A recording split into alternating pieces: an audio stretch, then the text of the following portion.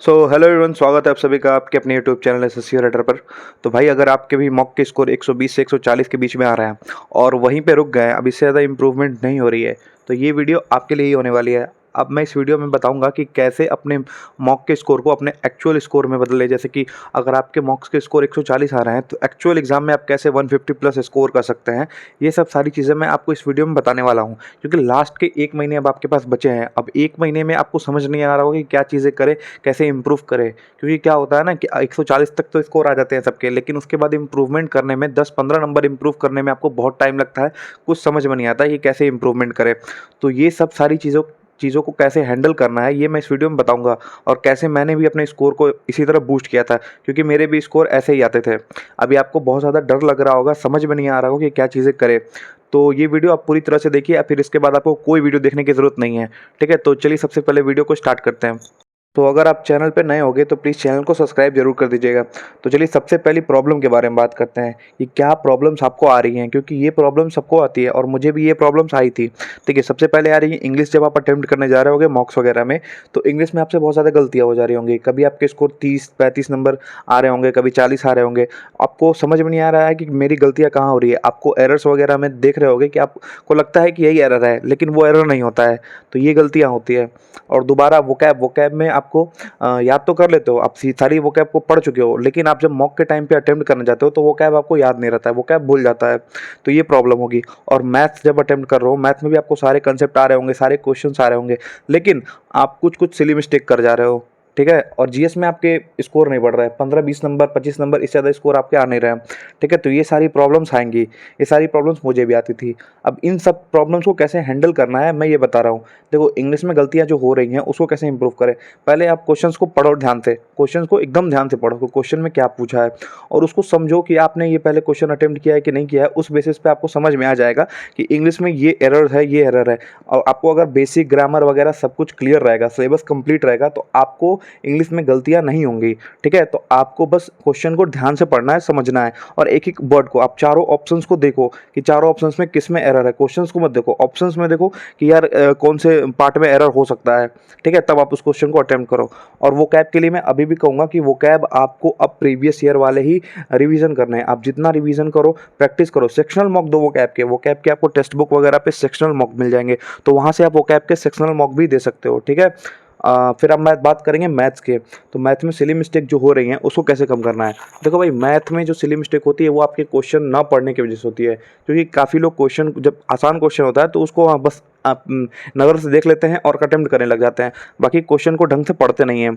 आप जैसे रेशियो का पूछ देता है, आपको क्वेश्चन में ए रेशियो बी है और आप आंसर बी रेशियो ए मार रहे हो, या फिर ऐसे कुछ एरर्स कर रहे हो। तो इन सब चीज़ों को बचने के लिए आपको क्वेश्चन को रीड करना पड़ेगा, दोबारा पढ़ो। जब आंसर आप निकाल लियो तो मार्क करने से पहले आप दोबारा पढ़ो। ठीक है, और कैलकुलेशन आराम से करो, कामली करो। कैलकुलेशन में कोई हड़बड़ी मत करो। जितना कामनेस से आप कैलकुलेशन को करोगे उतना आपका अच्छा स्कोर आएगा। ठीक है, तो इंग्लिश मैथ्स में सिली मिस्टेक होगी, एक दो सिली मिस्टेक चलो चल जाती है, लेकिन बहुत ज़्यादा सिली मिस्टेक आपको नहीं करनी है। सो मैथ्स के लिए मैं यही कहूँगा कि आप अभी भी प्रीवियस ईयर पेपर्स जो हैं, जो टीसीएस ने जो अभी तक कराए हुए हैं, उन पेपर्स को आप पूरा सॉल्व करो। मैं मानता हूँ कि आपने अभी तक अपना सिलेबस कंप्लीट कर लिया होगा, लेकिन आपकी प्रैक्टिस उतनी अच्छी नहीं है। ठीक है, लेकिन तो आप प्रैक्टिस पे करने जाओ। आप प्रीवियस ईयर बुक उठाओ, प्रीवियस ईयर के जितने क्वेश्चन आए 2-3 साल के अंदर, उनको प्रैक्टिस कर लो। ठीक है, अब सबसे बड़ी मुद्दा ये है जीके का। जीके में लोगों के स्कोर 20 आ रहे हैं, 25 आ रहे हैं, वहीं पर रुक गए हैं। आप स्कोर इंप्रूव नहीं कर पा रहे हैं।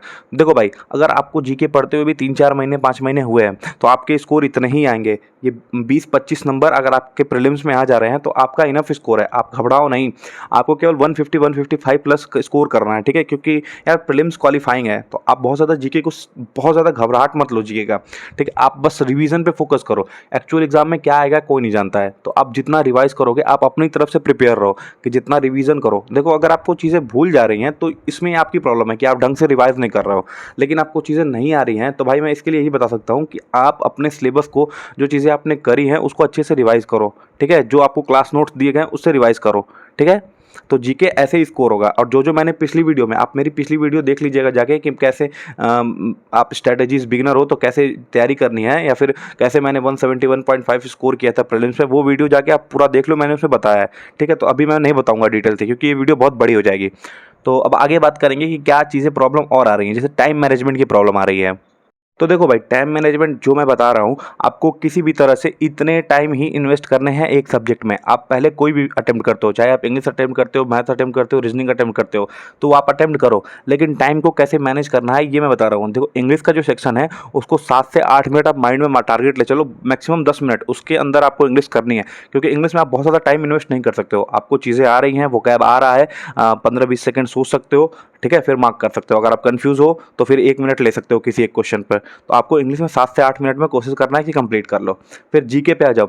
जीके पे यार बहुत ज़्यादा टाइम नहीं सोचना है, अगर आ रहा है तो मार्क करो, नहीं आ रहा है तो छोड़ दो, ठीक है। तुक्के मत मारो जीके में, ठीक है, क्योंकि जीके नॉलेज के ऊपर है। अगर आपको चीज़ नहीं आ रही है तो तुक्के मारोगे, नेगेटिव मार्किंग होगी, आपका नुकसान होगा। तो तुक्के नहीं मारना है, 5 से 6 मिनट में जीके को सॉल्व करना है, ठीक। रीजनिंग में है, देखो रीजनिंग में क्या होता है, अगर पेपर ईजी आता है तो कभी पेपर 12 मिनट में सॉल्व हो गया, और पेपर अगर टफ आ गया तो 20 मिनट भी ले सकता है। लेकिन आपको ऑन एन एवरेज आपको 15 से 17 मिनट में रीजनिंग को कंप्लीट करना है। आप जहाँ पे इजी है क्वेश्चन उसको जल्दी से करो, जहाँ पे टाइम लग रहा है वहाँ पे सोचो, लेकिन कोशिश यही करो कि रीजनिंग को आप 15 से 17 मिनट के अंदर आप कर लो। फिर उसके बाद क्या होगा, आपके पास 30-32 मिनट बच जाएंगे मैथ्स के लिए, जो कि मोर देन इनफ है। आपकी जो एसएससी की मैथ्स आती है वो 20 से 25 मिनट में इजीली हो जाएगी, अगर आपने प्रैक्टिस अच्छी की है तो, ठीक है। तो मैथ्स के लिए आप 20-25 मिनट आराम से बचा लोगे, और आप उसमें आराम से करो, कोई घबराहट नहीं। आप एक क्वेश्चन पे, कोई क्वेश्चन 15-20 सेकंड का होगा, कोई 1.5-2 मिनट लेगा, तो ऐसा नहीं है। जो क्वेश्चन आपको फर्स्ट गो में आ रहे हैं उसी को करो, ऐसा नहीं कि लाइन से क्वेश्चन करते जा रहे हैं आप। जैसे डीआई के क्वेश्चन को लास्ट के लिए छोड़ सकते हो, जो जिसका लैंग्वेज क्वेश्चन का बड़ा है उसको लास्ट में कर सकते हो। तो भाई स्किप करना पहले सीखो, फिर जब आपके पास लास्ट में टाइम बचेगा तब करना। अभी पहले स्टार्टिंग में नहीं कि लाइन से क्वेश्चन करते जाओ, आपको सबसे पहले ईजी क्वेश्चंस करने हैं, जो वन लाइनर या फिर सबसे आसान लगते हैं वो क्वेश्चंस आपको करने हैं। और देखो, कुछ लोगों को ये प्रॉब्लम आ रही है कि मैथ्स उनका कंप्लीट नहीं हो पा रहा है 25 मिनट में। तो देखो यार, सबसे पहली प्रॉब्लम तुम्हारी है कि तुमने ढंग से सिलेबस को कंप्लीट नहीं किया है, और दूसरी तुमने प्रैक्टिस नहीं की है, वरना मैथ्स आपको 20 से 25 मिनट में हो जाएंगे। तो ठीक है, आप अभी से कहूँगा कि आप थोड़ा बहुत जो सिलेबस आपको जो प्रॉब्लम आ रही है उसको पहले कंप्लीट कर लो, ठीक है। और जब आप कंप्लीट कर लोगे, उसको रिवाइज कर लोगे, तो आपका टाइम थोड़ा बहुत मैनेजमेंट हो जाएगा। अब लास्ट के 30 दिनों में बहुत ज़्यादा चीज़ें नहीं की जा सकती है, आपको मेनली तो रिवीजन पे ही फोकस करना है। लेकिन अगर आपका सिलेबस पूरी तरह से नहीं कंप्लीट है, एक आध चैप्टर बच गए हैं, तो पहले आप उन चैप्टर्स को कंप्लीट कर लो, ठीक है। तो चलिए अब सबसे इंपॉर्टेंट चीज़ के बारे में बात करेंगे, जो कि लास्ट के 30 दिनों में सबसे इंपॉर्टेंट होता है, रिवीजन करना। रिवीजन से ही आपका स्कोर इंप्रूव हो सकता है। तो रिवीजन कैसे करना है, बहुत लोगों को ये प्रॉब्लम होती है। तो मैं बताता हूँ कि सबसे पहले आप वोकैब को लो। वोकैब आपको कहाँ से पढ़ना है, वोकैब जो आपके प्रीवियस ईयर है, 2-3 साल में जो टीसीएस ने सीजीएल या फिर सीएचएसएल में जो वोकैब पूछे हैं, आप उसको पहले कंप्लीट करो, उसको 2-3 बार रिवाइज कर लो अच्छे से, ठीक है। फिर ब्लैक बुक से पढ़ रहे हो तो ब्लैक बुक से पढ़ लो, वॉल्यूम 1 से पढ़ रहे हो तो वॉल्यूम 1 से पढ़ लो, किसी भी पीवाईक्यू बुक से आप पहले वोकैब को रिवीजन करो। कोई नया वोकैब अब नहीं पढ़ना है, ठीक है। कोई आर्टिकल से वोकैब अब नहीं करना है, ठीक है। ऐसा चीज़ें कुछ नहीं करनी है, ठीक। और पीवाईक्यू बुक अगर आप पिनाकल की आपके पास है या फिर किरण की आपके पास है, तो उसमें सेंटेंस इंप्रूवमेंट और एरर्स के क्वेश्चंस है, तो आप वो लगाना शुरू कर दो। 200-300 क्वेश्चन दोनों चीज़ों के लगा लो, आपकी एरर्स और इंप्रूवमेंट कंप्लीट हो जाएगी। रीजनिंग के लिए आपको कुछ अलग से नहीं करना है, सेक्शनल मॉक दो डेली, बस वही आपका रिवीजन है। वही चीज़ें आप अगर मॉक में दे रहे हो तो रीजनिंग आपकी हो जाएगी, ठीक। मैथ्स के लिए क्या करना है, देखो मैथ्स के लिए सबसे पहले आपके पास कंसेप्ट बुक होगी या फिर कंसेप्ट के नोट्स बनाए होंगे, आप उसको डेली पढ़ो। एक सब्जेक्ट या 2-3 सब्जेक्ट मिला के आप डेली पढ़ो, ठीक है। कुछ चैप्टर बड़े होते हैं, कुछ छोटे होते हैं, तो आप बड़े सब्जेक्ट, जैसे बड़ा चैप्टर है तो उसको आप एक दिन में कर रहे हो, और 2-3 छोटे चैप्टर्स को उठा के एक दिन में कर ले रहे हो, तो ऐसे आप उसको रिवाइज करो। फिर केवल पीवाईक्यू सॉल्व करो। मान लो 2020 से ही आप स्टार्ट करो, 2020 से लेकर 24 तक जितने पीवाईक्यूज हुए हैं आपने अभी तक सॉल्व नहीं किए, तो उसको सॉल्व कर लो, जितना मैक्सिमम कर सकते हो उतना कर लो, क्योंकि 30 दिनों में आपको यही करना है। बाकी आपको फॉर्मूलाज रिवाइज करने हैं, कंसेप्ट को आप नज़र से देखो कि क्या कंसेप्ट है, बार बार रिवीजन करो, तो आपको याद रहेगा, ठीक। फिर भाई जीएस के लिए सबसे सिंपल चीज़ मैं यही कहूँगा कि अगर आपने अपने नोट्स बनाए हैं या फिर आपको कोचिंग से कोई क्लास नोट्स मिले हैं, तो आप बस उसी को पढ़ो, ठीक है। कुछ भी नया पढ़ने की ज़रूरत नहीं है। अब 30 दिनों में आप बहुत कुछ चीज़ें नहीं कर पाओगे जीके में, क्योंकि जीके में आप बस 30 दिनों में अच्छे से रिवाइज कर पाओगे, ठीक है। तो जो आपके क्लास नोट्स हैं उसको भाई आप पढ़ो, 2 से 3 बार आपको 30 दिनों के अंदर पूरे के पूरे सब्जेक्ट के क्लास नोट्स को रिवाइज कर लेना है, ठीक। उसमें फिर उसके बाद आपको क्या करना है कि जो आपको अगर टीचर ने जो सीट्स प्रोवाइड किए हैं, जो मेन इंपॉर्टेंट क्वेश्चंस होते हैं जो बार बार रिपीट होते हैं, वो पढ़ने हैं आपको, ठीक है। फिर उसके बाद जो बुक होगी आपके पास, कोई भी बुक होगी प्रीवियस ईयर की या फिर लूसेंट होगी, तो लूसेंट में भी आपको इंपॉर्टेंट चीज़ें रेड लाइन से मार्क होगी, वो पढ़नी है। अगर आपको मन कर रहा है तो आप थ्योरीज भी उसकी पढ़ सकते हो, ठीक है। फिर पीवाईक्यू बुक, पिनाकल या फिर किरण, जो भी बुक है उसमें उसमें से आप स्टैटिक जीके के या फिर कोई important topic, books and author वगैरह जो भी इंपॉर्टेंट टॉपिक्स है, जो बहुत ज़्यादा रिपीटेड क्वेश्चंस आते हैं, जिससे बहुत ज़्यादा क्वेश्चन पूछे जाते हैं, तो उसको आप पढ़ सकते हो। जैसे आर्ट एंड कल्चर वगैरह से प्रीलिम्स में बहुत ज़्यादा क्वेश्चंस आते हैं, तो वो टॉपिक आप प्रीवियस ईयर बुक से कंप्लीट कर सकते हो। और जीके के लिए बस यही कहूँगा कि आप अपने नोट्स या फिर क्लास नोट्स रिवाइज करो, बाकी कुछ चीज़ें अलग मत करो। और जीके के लिए बहुत ज़्यादा टेंशन मत लो। आप अगर 25 से 30 नंबर स्कोर कर रहे हो जीके में, तो आपका इनफ है स्कोर, क्योंकि भाई उतने ही स्कोर आते हैं जीके में, किसी का 50 में 50 नहीं आता है। अगर आ भी गया तो एक्सेप्शनल केस हो जाएगा। ठीक है, तो आप बहुत ज़्यादा टेंशन मत लो जीके के लिए, और जो मैं कह रहा हूँ बस उतना ही करो। तो चलिए अब बात करेंगे जो गलतियां स्टूडेंट इस टाइम करते हैं, लास्ट के 30-35 दिनों के अंदर जो गलतियां स्टूडेंट करते हैं, वो क्या गलतियां आपको भी नहीं करनी है। तो देखो, मैंने जब पहले से भी कह रहा हूँ, अभी भी कह रहा हूँ, नई वोकैब नहीं पढ़नी है। ठीक, अदर एग्जाम्स के जो पेपर है, जैसे किसी भी कैट वगैरह या फिर सीडीएस वगैरह के पेपर जो सॉल्व कर रहा है, वो करना छोड़ दो, कोई मतलब नहीं है उसका। ठीक है, फिर यूट्यूब से आपको कोई प्रैक्टिस है, टॉप 50 टॉप 100 क्वेश्चन, ये सब पे टाइम वेस्ट नहीं करना है, क्योंकि एक्चुअल में कोई नहीं जानता है कि पेपर कैसा आने वाला है, पेपर में कौन से क्वेश्चन आने वाले हैं। ठीक, जब पेपर का लोग एनालिसिस कराते हैं एग्जाम होने के बाद, तब थोड़ा समझ में भी आता है कि चलो ये क्वेश्चंस आ सकते हैं, लेकिन अभी से आपको यूट्यूब वगैरह पे ये टाइम वेस्ट नहीं करना है। ठीक, मॉक टेस्ट को आप इग्नोर मत करो। अभी डेली आप मॉक टेस्ट लगा रहे हो तो अच्छा है, वरना नहीं लगा रहे हो तो आप लगाना स्टार्ट कर दो। आपको 15-20 मॉक टेस्ट अगर आप एग्जाम से पहले डेली लगा ले रहे हो, तो आपको एक हैबिट बन जाएगी एग्जाम में बैठने की। ठीक है, तो मॉक टेस्ट को आप इग्नोर मत करो। ठीक, और कुछ भी नया नहीं करना है भाई, कोई भी चीज़ नई नहीं करनी है। जो आपके नोट्स हैं, जो क्लास नोट्स है, जो आपने अभी तक पढ़ा है, बस उसी को पढ़ाना है, बाकी दूसरी कोई चीज़ नहीं करनी है नहीं।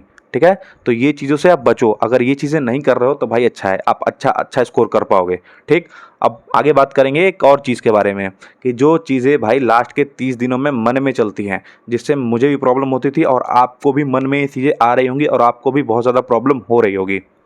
तो सबसे पहली आती है कि भाई एंग्जाइटी हो रही है। आप पढ़ रहे हो लेकिन आपको घबराहट होते रह रही है। आप बार बार डर रहे हो कि आगे मेरा क्या होगा, कि मेरे से एग्ज़ाम होगा कि नहीं, या फिर चीज़ें पढ़ रहे हो तो आपको याद नहीं कर पा रहे हो, तो फ्रस्ट्रेट हो जा रहे हो। तो ये चीज़ें होती होंगी। ठीक, मॉक दे रहे हो तो मॉक देते टाइम आपको बहुत प्रेशर फील हो रहा है। मॉक देते टाइम आपके हाथ पैर कांपने लग रहे हैं, आपको समझ में नहीं आ रहा है, जो क्वेश्चन नहीं हो रहा है वहाँ पे आप घबरा जा रहे हो। फिर आप टाइम मैनेजमेंट नहीं कर पा रहे हो, इधर उधर टाइम वेस्ट हो जा रहा है आपका। फिर आप मॉक बंद कर दे रहे हो, आधे पे ही मॉक बंद कर दे रहे हो, आप फ्रस्ट्रेट हो जा रहे हो मॉक से। फिर उसके बाद आपको फिर समझ नहीं आ रहा है, फिर बैठ के सोचने लग रहे हो कि यार क्या करूँ क्या नहीं करूँ, कैसे मैं होगा, क्या फिर मेरे से नहीं होगा, क्या फिर टाइम वेस्ट कर रहा हूँ, या फिर क्यों पढ़ रहा हूँ, ये सब चीज़ें आप सोच रहे होगे। ऐसे ही नेगेटिविटी आपके दिमाग में भर रही होगी, क्या मुझे छोड़ देना चाहिए प्रिपरेशन, या फिर मेरे बस की नहीं है, या फिर यार लोग बहुत ज़्यादा कंपटीशन है, हाई कंपटीशन है, ये सब सारी चीज़ें सोच रहे हो। तो देखो भाई, अगर ये सारी चीज़ें आपके मन में आ रही हैं, तो मैं बता रहा हूँ कॉन्ग्रेचुलेशंस, आप एग्ज़ाम को लेके सीरियस हो और आप एग्ज़ाम क्रैक करने वाले हो। ठीक है, ये चीज़ें भाई जितने भी एस्पिरेंट तैयारी करते हैं उन सभी के मन में आता है, और ये आना लाजमी है। अगर आप किसी भी चीज़ को सीरियसनेस से देख रहे हो, तो आपको उसको लेके बहुत ज़्यादा आपको अटैचमेंट होगी, बहुत ज़्यादा सीरियसनेस होगी, तो आप वो चीज़ पाना चाहोगे, तो आपके मन में उसके लिए एंग्जाइटी वगैरह, टेंशन वगैरह सब कुछ रहेंगी। तो ये चीज़ें होती हैं भाई। अब उसको कैसे टैकल करना है, आपको पहले ओवर थिंकिंग, नेगेटिविटी आपको दूर करनी है। आप पॉजिटिव सोचो कि यार देखो एग्ज़ाम है ना, एग्ज़ाम आगे इस साल नहीं होगा तो अगले साल होगा। क्योंकि यार ये देखो, ये जो लोग कहते हैं कि 2 महीने 4 महीने पढ़ के एग्ज़ाम क्लियर हो जाता है, ये बस बकवास की बातें हैं। एक्चुअल में आपको रियलिटी कोई नहीं बताएगा। ठीक है, सिलेबस कंप्लीट करने में ही 1 साल लग जाता है। तो भाई जो रियलिटी है मैं आपको वही बता रहा हूँ। तो जो लोग बस 2-3 महीने से भी प्रिपरेशन कर रहे हैं, तो वो लोग भाई बहुत ज़्यादा उम्मीद मत रखें इस सीजीएल के एग्ज़ाम से। अगर आपका प्रीलिम्स निकल जा रहा है तो बहुत बढ़िया है, आप बहुत अच्छे से तैयारी किए हो। लेकिन अगर आप नहीं निकाल पा रहे हो तो भाई घबराना नहीं है, आप अगले साल की तैयारी कर सकते हो। क्योंकि एक्चुअल में यार 2-3 महीने में एग्ज़ाम क्रैक नहीं होगा, क्योंकि पूरा सिलेबस ही इतना बड़ा है कि आपको 1 साल तो सिलेबस पूरा ढंग से कंप्लीट करने में लग जाएगा। ठीक है, फिर उसके बाद रिवीजन करना है, मॉक टेस्ट देना है, तो मान के चलो 1 साल से ऊपर आपको टाइम लगता है। तो आप अगर बहुत ज़्यादा उम्मीद लेके चलोगे तो आप भाई परेशान होगे। तो मैं बता रहा हूँ, आपको कुछ नहीं करना है, आपको बस पॉजिटिव सोचो, अच्छे से नींद कंप्लीट करो, बहुत ज़्यादा प्रेशर फील मत करो, अपना एनवायरनमेंट जो है वो अच्छा बना के रखो। ठीक है, मॉक टेस्ट वगैरह डेली दो। आपको जैसे एग्जाम हॉल में जाओगे, अगर आप मॉक टेस्ट डेली दे रहे हो तो आपको कुछ ऐसा नया नहीं लगेगा, आपको वही फील होगा कि हाँ मॉक टेस्ट देने जा रहा हूँ, बस वैसा ही अब अच्छा कर पाओगे। और बताऊं, आप अगर 140 145 स्कोर कर रहे हो नए मॉक्स में, प्रीवियस ईयर वाले में नहीं, नए मॉक्स में जो आपको ऑलिव बोर्ड या फिर टेक्स्ट बुक किसी भी प्लेटफॉर्म से आप दे रहे हो, वहाँ पे अगर स्कोर आपका आ रहा है, तो भाई आप मान के चलो आप एक्चुअल एग्जाम में 150 प्लस स्कोर कर लोगे। ठीक है, तो जो लोग मेरे को बार बार कमेंट से पूछ रहे थे कि भैया 130 135 140 आ रहे हैं मॉक्स में, तो क्या करना चाहिए, क्या करूँ, कुछ समझ में नहीं आ रहा है, तो बस भाई जो मैंने वीडियो में बताई हैं वो चीज़ें आप कर लो। ठीक है। अगर फिर भी आपको कोई और प्रॉब्लम आ रही है तो आप मुझे कमेंट बॉक्स में बताओ, ठीक है। मैं कमेंट का रिप्लाई करता हूँ। आपने पिछली वीडियोस में मेरे को देखा, आपने बहुत अच्छा रिस्पांस दिया, उसके लिए थैंक यू। लेकिन आपको अगर आगे कोई भी प्रॉब्लम आएगी तो आप कमेंट बॉक्स में बताओ, मैं ज़रूर आपकी हेल्प करूँगा, ठीक है। और अगर आपको वीडियो अच्छी लगी हो तो प्लीज़ लाइक कर देना और चैनल को सब्सक्राइब कर देना। Thank you.